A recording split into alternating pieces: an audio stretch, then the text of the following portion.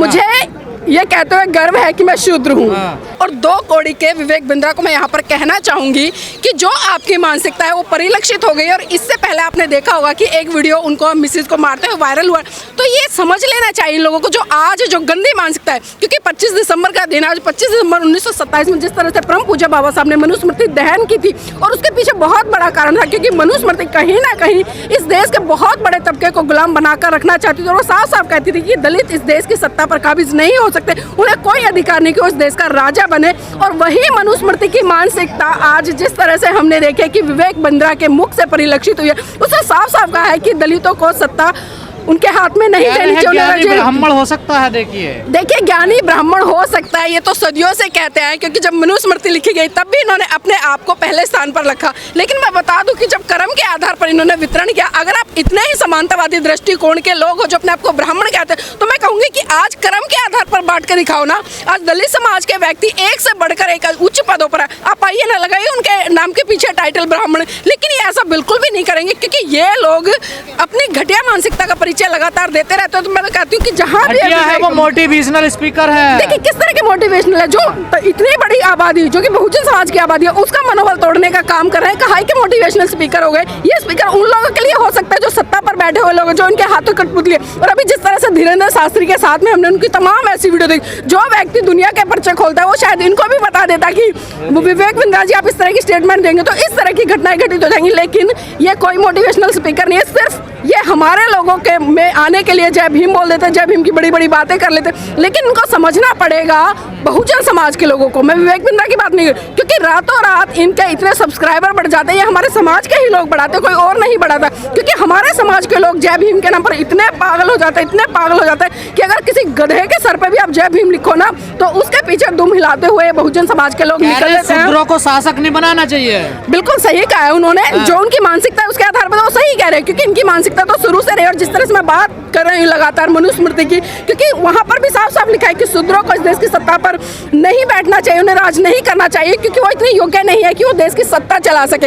ये तो सिर्फ इन तीनों वर्णों की जो सेवा है वो कर सकते हैं, और सेवा के लिए इनको बनाया है। तो इन लोगों की इतनी घटिया मानसिकता से आप ये समझ सकते हैं कि ये लोग आपसे सब्सक्राइबर ले लेंगे, आपसे पैसा कमा लेंगे, आपसे फैन फॉलोइंग ले लेंगे, लेकिन जब आपके हक अधिकारों की बात आएगी, समानता की बात आएगी, ये उससे कोसों दूर नजर आएंगे। और लगातार जिस तरह से विवेक बिंद्रा जी कह रहे हैं कि बहुजन समाज को जो लोग खासकर दलित और शूद्रों की बात की उन्होंने, कि इनमें योग्यता नहीं है, और जो क्षत्रिय है वो मतलब रक्षा कर सकता है, वो भी इंटेलिजेंस है, और ब्राह्मण है वो भी पढ़ा लिखा है, बुद्धिजीवी है। इसी तरह से वैश्य की बात करी, लेकिन देखिए इन्होंने शूद्रों को बिल्कुल माइनस में ला कर रख दिया। वो कह रहे हैं कि -1 तो हो सकता है, लेकिन आपको क्यों दिक्कत हो रही है? आप तो अछूत है ना। देखिए मुझे ये कहते हुए गर्व है कि मैं शूद्र हूँ।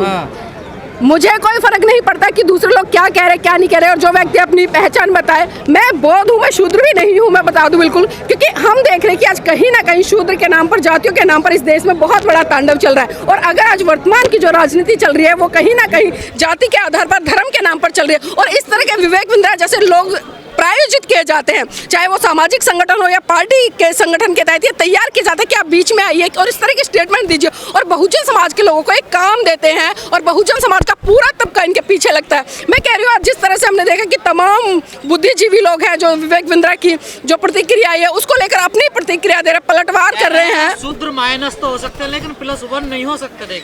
देखिए इतिहास गवाह है, इतिहास गवाह। अगर इस देश में सर्वे किया जाए, जिस तरह से उन्होंने शूद्र की बात कही है, अगर मैं कहूंगी कि पूरा सर्वे किया जाए तो विश्व में जिस तरह से हम देखते हैं लाइट ऑफ एशिया की उपाधि किसको मिली? महाकाणिक तथागत बुद्ध को मिली। उसके बाद में अगर मैं सर्वश्रेष्ठ सम्राट की बात करूं, किसको मिली? सर्वश्रेष्ठ सम्राट की उपाधि अशोक को मिली। अगर उसके बाद में बात करूं परम पूज्य बाबा साहब, जो कि विश्व के 5 बुद्धिजीवियों में आते हैं, तो इन लोगों को समझना पड़ेगा। और जब जब बहुजन समाज के लोगों को, जो कि जिन्हें शूद्र कहा गया, उनको मौका मिला, उन्होंने अपनी योग्यता का परिचय दिया। अगर मैं वर्तमान में बात करूं, जिस तरह से हिमा दास, जब उसको मौका मिला तो उसने एक ही बार में 5 स्वर्ण पद इस देश को देने का काम किया है। तो ये योग्यता है। जिन लोगों के कह रहे कि ये योग्य नहीं है, इस लायक नहीं है, तो विवेक बिंद्रा जैसे लोग और जो तमाम इस तरह की सोच रखते हैं, वो आंख खोलकर देख ले और कान खोलकर सुन ले कि हिमा दास जैसे लोग भी बहुजन समाज से निकल कर आए हैं। और तमाम ऐसे जो राइटर्स हैं, या मैं जिस तरह से प्लेयर्स की बात करूँ, फिल्म इंडस्ट्री में बात करूँ, आज एक से बढ़कर एक बहुजन समाज के लोग हैं जो कि बहुत बुद्धिजीवी हैं। इतिहास नहीं पढ़ा क्या? देखिए, अगर वो इतिहास पढ़ते तो इस तरह की बातें नहीं कहते। उन्होंने इतिहास बिल्कुल भी नहीं पढ़ा, क्योंकि ये ये लोग इतिहास नहीं पढ़ते, ये लोग सिर्फ उन धार्मिक ग्रंथों को पढ़ते हैं जो कहीं ना कहीं इस देश के बहुत बड़े तबके को गुलाम बनाना चाहता है, जो इस देश के लोगों के ऊपर अपनी मनमानी थोपना चाहता है, जो इस देश के लोगों पर अपनी जो धार्मिक भावनाएं हैं या जो धार्मिक संस्कृति है उसको थोपना चाहता है। अगर इन्होंने इतिहास पढ़ा होता तो इस तरह की बातें नहीं कहते। मैंने बार बार कहा, इस देश के संविधान लिखने वाले परम पूज्य बाबा साहब जी व्यवस्था लागू हो आजाद भारत में। देखिए, जो खुले तौर पर कह रहे हैं तो इसमें लागू होने वाली या ना होने वाली कोई बात ही नहीं है। आज भले मनुस्मृति नहीं है, आज भले जो वर्ण व्यवस्था वो पढ़ने के लिए सुनने के लिए नहीं है, लेकिन आज जिस तरह से जो देश में घटित हो रहा है सारी चीजें वही घटित हो रही है। लगातार इस देश में जो वर्णवादी व्यवस्था है उसको स्थापित करने का काम किया है। आप आए दिन देख रहे हैं कि जो ब्राह्मण चाहे वो किसी भी तरह की घटना कर दे, कितना ही पाप कर दे, कितना ही कर्म कांड कर दे, लेकिन उसके बावजूद उसको सर्वश्रेष्ठ रखा जाता है। ये अपने ही धर्मग्रंथों में कहते हैं कि जिस तरह से जो दलित है, जो शूद्र है, उसको अच्छे कपड़े पहनने का अधिकार नहीं, वो ताजी भोजन नहीं खा सकता, वो अच्छे घरों में नहीं रह सकता, अच्छी गाड़ियों में नहीं चल सकता।